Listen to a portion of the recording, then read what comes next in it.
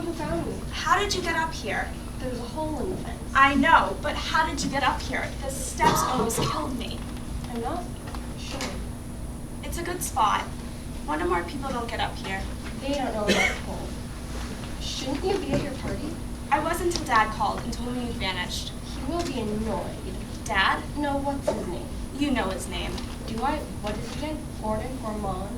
Garen? That's right, Garen. Sounds like some sort of rash. Oh no, I've got a nasty case of Garen on my arm. Mom, he's my husband. More for you. I always liked that other one. Simon, he was... What? Considerate. He was always so kind to me. Probably fancied you. Me? Really? Really? But I'm twice his age. Trust me. Garen reminds me too much of someone else. Who? My husband. That's all right. You tried being married to him for 40 years. Come on, we better get you back. I'm not going back. Don't be silly, Mom. Come on. Helen, I'm not going back. I hate that awful room full of all that stuff. People keep bringing me and saying, what can I bring you? I say, don't bring me anything. I don't want any more things. Beautiful clothes. They look very expensive. They are. So I guess Gorman's good for one thing. Amazing. How did you figure out where it was? It wasn't hard. New Year's Eve. Where else would you be? My chair? My view? I'm surprised you remembered where it was. Come on, Mom. It hasn't been that long. 5 years. 5? Really? I remember when you first brought me here. I was 8 years old. Long time ago. 20 years. I remember it like yesterday. We got here just as the sun was going down. My little legs got tired, so you had to carry me up the last 50 steps. And I kept asking, what is it, Mom? Why are we here? And you just smiled and said, we're going to my chair, the best view in the city. I remember. And I kept asking, but what are we going to see? And you wouldn't answer. You just put your finger over my lips and said, you'll see. And then, when it got dark, you pointed to the sky and said, look. And suddenly the sky was full of light. Huge explosions of color. Orange, pink, blue, green. And noise. Terrible noise. I'll never forget it. You never did forget your first time. Did you ever bring Dad here? No matter how much I loved your father, I needed to keep something to myself. And this was mine. My chair and my firewood. But you brought me here. Back then, when I thought of you, it wasn't like we were two people. We were the same person.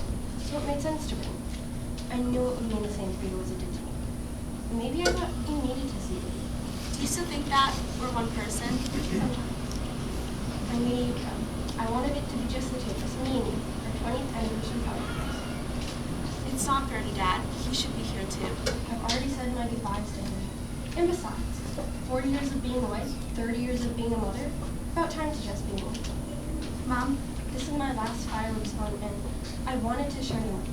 And if I can't play favorites now, then when can I? Can I tell you something? Of course. Big secret. Biggest secret I've never told before. Tell me. Not even your father knows. Cross my heart and hope to die. Before you were born, I always wanted a boy. Mom! My own little Tiger Tim by Percy Piddler. Mom! But once you came out, once I saw the child you were, the woman you were growing into, I got down on my hands and knees and thank God for sending me such a gift. I have been so lucky to have you as my daughter. Promise me something. What? That you'll drink music, watch the fireworks, and tell her about me. Of course. What was, what is, and what is about to be. 3 generations of Pringles. Our name is Heath. My husband's name is Heath. Mom. My name is Pringle and so is yours. Helen Pringle Heath. It's actually Rogers now. But you're still a Pringle. You're continuing in a long line of proud, strong Pringle women. I remember when we almost lost you, about a month before you were due. Don't remind me. I still get goosebumps. I woke up in the middle of the night, blood everywhere. Neil rushed me to the hospital. I was hemorrhaging. It seemed you were just too big for me to keep inside. They thought they were going to lose you. And me. Had to get you out right away. Christ. And they did. Lucky for me. Your father sat beside my bed, all night, holding my hand. I think that's why I made it through the night. Hung in so long, just looking up at his eyes. I knew he wouldn't be able to bear losing me. So I pulled through. I survived, like my mother before me and her mother before. We're survivors, just like you. That's why I never had any more children. I feel like I should say sorry. Why? We already had the most wonderful child we've had. A beautiful baby girl. How could we begrudge about that? Don't be sad, Linda. I've had a good life. People who love me, a husband who worshiped me, a daughter, I had a home, I had a family. I'm going to miss you. And I'm going to miss you. Just don't be so successful in your work and forget to be a good one. And if Ormond ever starts serving around, tell him to piss off. Thanks for the advice. Well, 20 years. It all goes by so fast.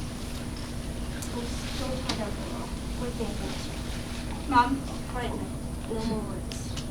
No more words. Mom, it's starting. It's starting.